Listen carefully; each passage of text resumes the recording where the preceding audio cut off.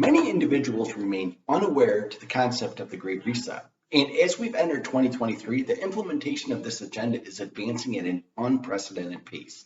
Welcome to Philosophy Insights. Michael Rectenwald is a former professor at NYU and became publicly known for his fierce criticism of the social justice movement. He claims the Great Reset is far from being a conspiracy theory and even intentionally phrased by the World Economic Forum in conspiratorial terms in order to silence critics. Here's Rectenwald. According to the New York Times and the Anti-Defamation League, the Great Reset has no basis in fact. Or as the BBC claims, the Great Reset is a benign effort on the part of leading thinkers to bring about a fairer, greener future based on a reset of capitalism. Meanwhile, Time magazine devoted an entire issue to the Great Reset, effectively hailing it as the solution to all our problems post-COVID.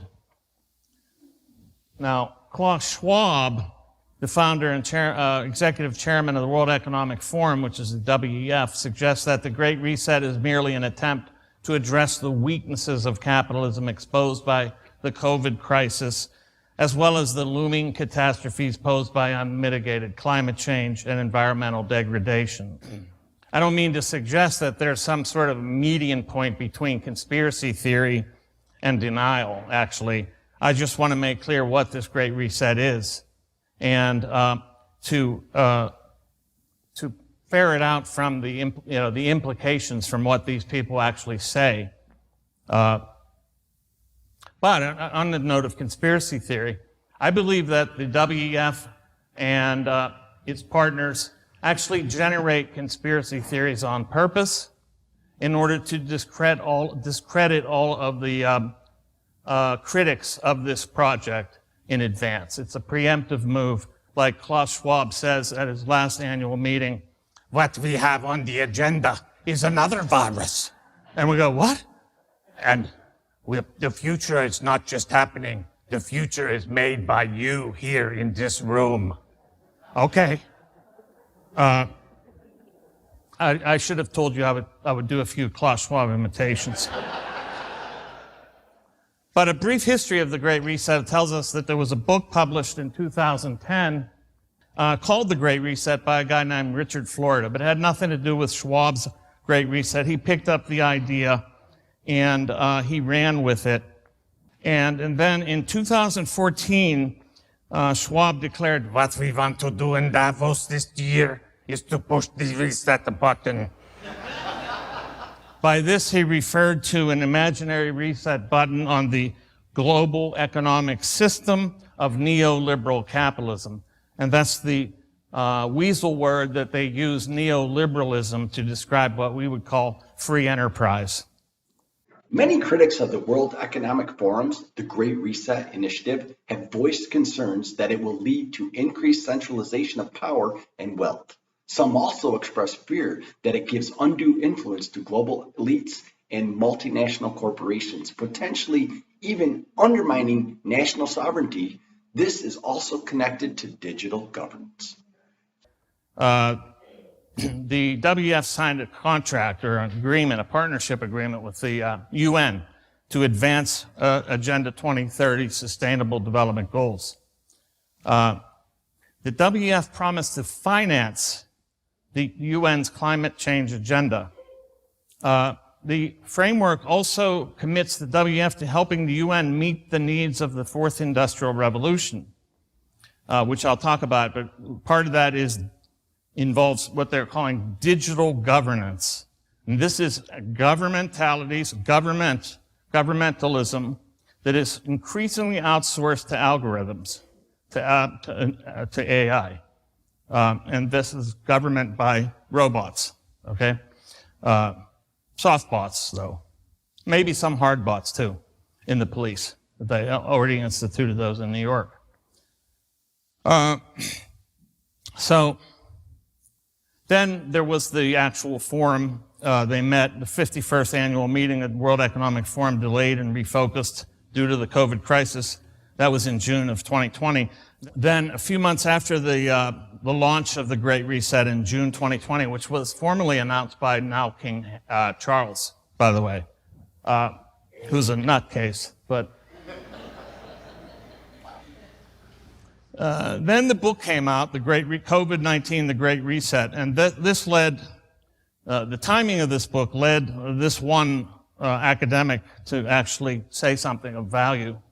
He said, although not impossible, the speed at which this book on this particular topic proposing these theses was produced does play into the conspiratorial aesthetic that the book has since induced.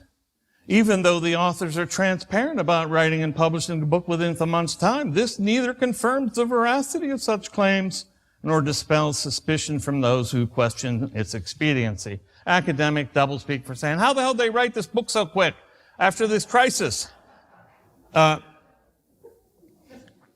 not the only thing that's fed this conspiratorial aesthetic. In the book, Schwab and his co-author say repeatedly what an opportunity COVID has presented. Wow, this is just a wonderful, 24 times they refer to COVID as this wonderful opportunity.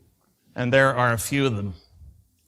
So that's the history, the prehistory of all this, except there's a deeper history. It goes back to these roundtable groups that formed beginning in 1920, like the Royal Institute of International Affairs, the Council on Foreign Relations, the Bilderberg Group, the Club of Rome, then the World Economic Forum, then the Trilateral Commission.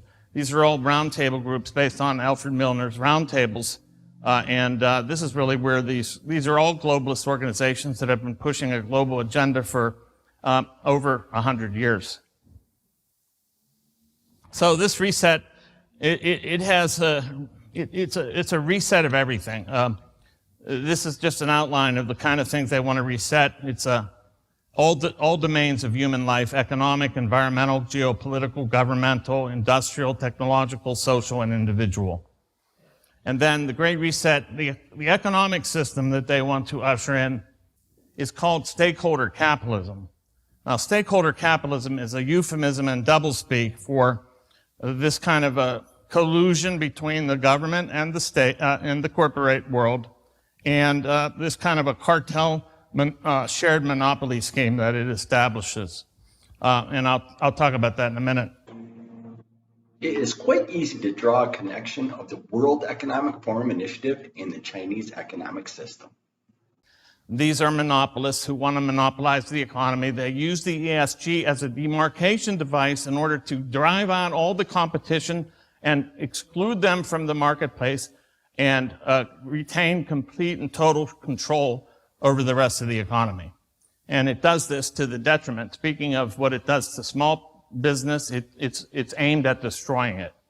So it leaves a two-tiered economy, a kind of, well, I'll also call it this, but it's a kind of actually existing socialism on the ground and a corporate oligarchy on top, or also, I've called it capitalism with Chinese characteristics, which is a play on the Chinese Communist Party's description of their own economy as socialism with Chinese characteristics, which is a piece of rhetorical gymnastics like nothing you've ever heard. Why? Because what it is it was the CCP's way of rationalizing for-profit production while they maintained a socialist ideological political structure.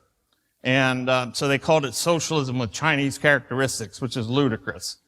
I call it this system. So what they're doing is these globalists, they want to basically establish socialism or capitalism with Chinese characteristics globally. This is my contention. And the Chinese system is the model for the Great Reset. They're looking at China and they go, look, you got all these, you still have for-profit production by these oligarchs. You have total control over the population. You have this great surveillance structure, and you still get generated wealth for the few, and they've even said this. For example, Klaus Schwab's mentor, one of his mentors, and one of the mentors is Henry Kissinger, but another one is Maurice Strong, who was an environmentalist and United Nations Undersecretary former director of the United Nations Environment Program, the first, and the WF board member, foundation board member. He said to The Guardian, "We know that pure capitalism hasn't worked.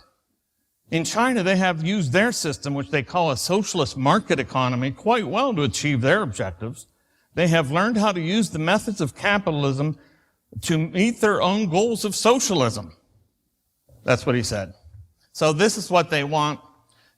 They've been modeling China, and Schwab recently, in an interview with Chinese TV, with official state Chinese TV, said, "China's the model for the world."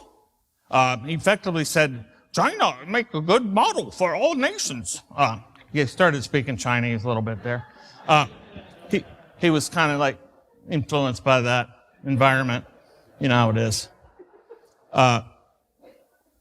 So, you know, one way to understand this is that this is, one of the other things about this is this brings up what they call public-private partnerships, which draws these corporations. So here's the very tricky thing.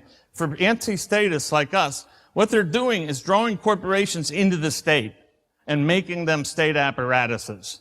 We see this going on all over the place. You saw it with Twitter. You're seeing it with Google. These are not private companies. Thank you for watching this video, and if you like the content, subscribe to Philosophy Insights.